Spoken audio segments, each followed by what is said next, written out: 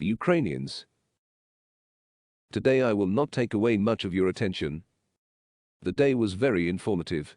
I will only briefly walk through the main points of my work this Tuesday, the 41st day of the invasion of the Russian Federation. I continued my active diplomatic work, addressed the UN Security Council, which convened for a special meeting on Russia's war crimes in Bucha and in the occupied territories of Ukraine in general. I said what should have been said in this format a long time ago. The UN Security Council exists, and security in the world doesn't. For anyone.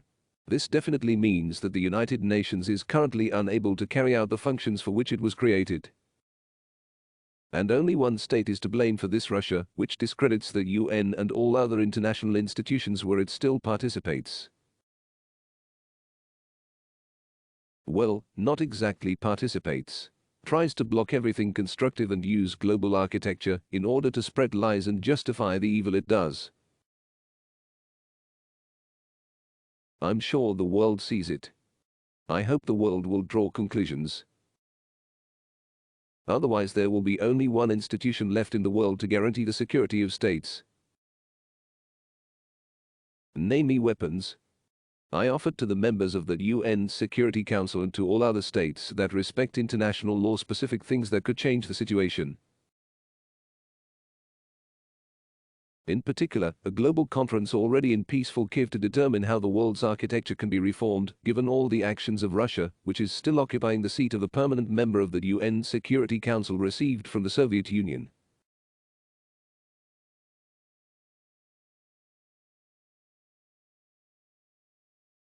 I also addressed the Parliament and the people of Spain, a state that supports our struggle for freedom and for the preservation of democracy in Europe. I also spoke today with President of the French Republic Emmanuel Macron about the humanitarian situation in the temporarily occupied regions of Ukraine, about how we can help people in the blocked Mariupol.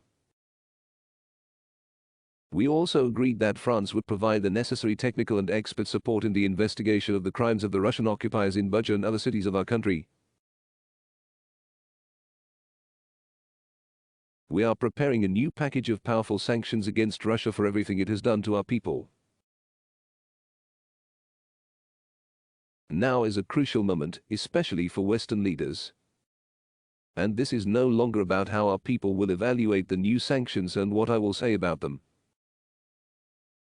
This is about how decisions on sanctions will be assessed in Western societies themselves. After what the world saw in Bucha, sanctions against Russia must be commensurate with the gravity of the occupiers' war crimes.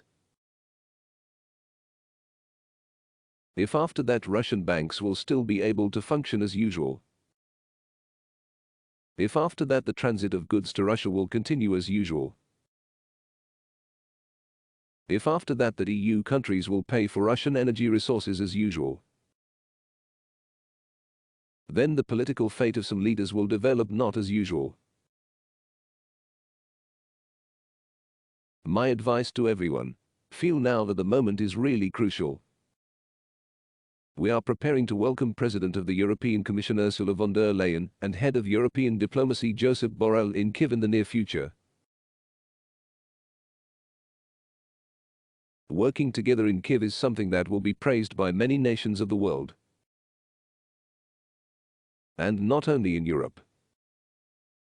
Because now Kiev is the capital of global democracy, the capital of the struggle for freedom for all on the European continent.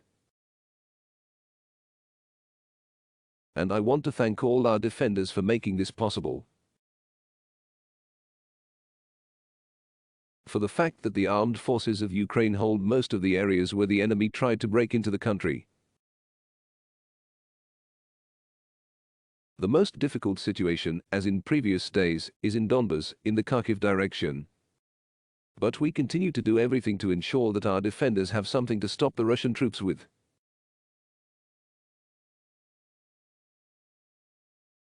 We are aware that the occupiers outnumber us, that they have more equipment.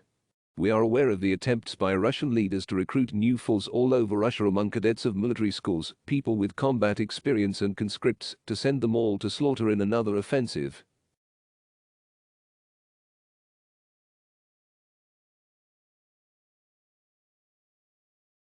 But we have no other choice. The fate of our land and our people is being decided.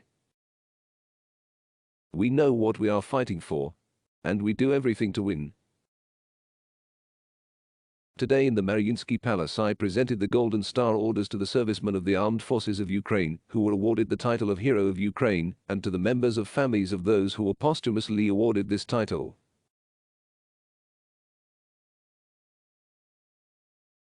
Now it is in the Mariinsky Palace, in the White Hall, where we always meet foreign heads of state, that such important ceremonies will take place.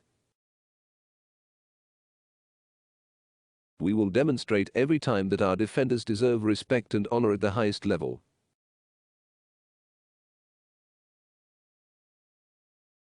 And the White Hall of the Mariinsky Palace will henceforth be called the White Hall of the Heroes of Ukraine.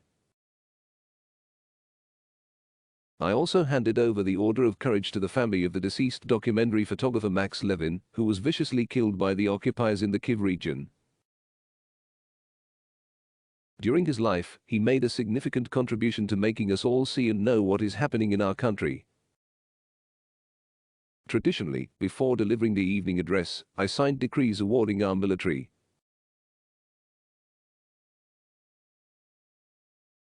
"292 servicemen, 57 of them posthumously. Eternal memory to all who gave their lives for Ukraine.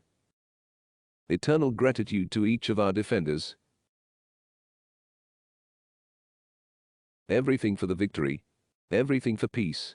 Everything for Ukraine. Glory to Ukraine."